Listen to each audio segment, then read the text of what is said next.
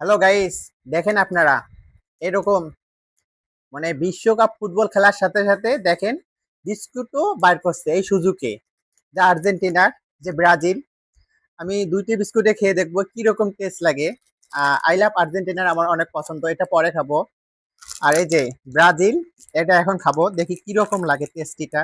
আর আপনারা কেন বোঝেন না, খেলার জন্য নিজের জীবন কেন নষ্ট করেন? মানুষ বলতে তো ভুল, তাই না? খেলা তো অনেক কষ্ট করে খেলাইছে, এখন জিততে পারেনি, এটা এই ভাগ্যর দোষ। তার জন্য আপনার নিজের জীবন কেন নষ্ট করেন? আপনারা কখনোই ভুল সিদ্ধান্ত নেবেন না, বুঝছেন?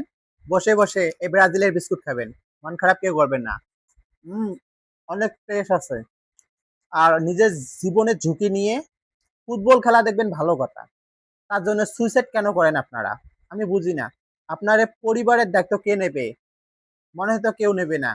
তার জন্য পরিবারের কথা না চিন্তা করে আপনারা সুইসাইড করেন, এটা একটা কাজ হলো? আমি তো আই লাভ আর্জেন্টিনার, আমাদের আর্জেন্টিনা যদি না জিততে পারে তার জন্য আমি কি সুইসাইড করব? কোনো দিনের জন্য না।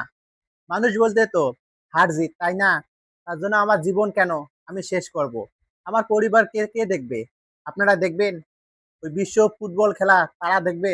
তারা তো আমাদেরকে চেনে না। হুদয় হুদয় আপনারা জীবন নষ্ট করেন।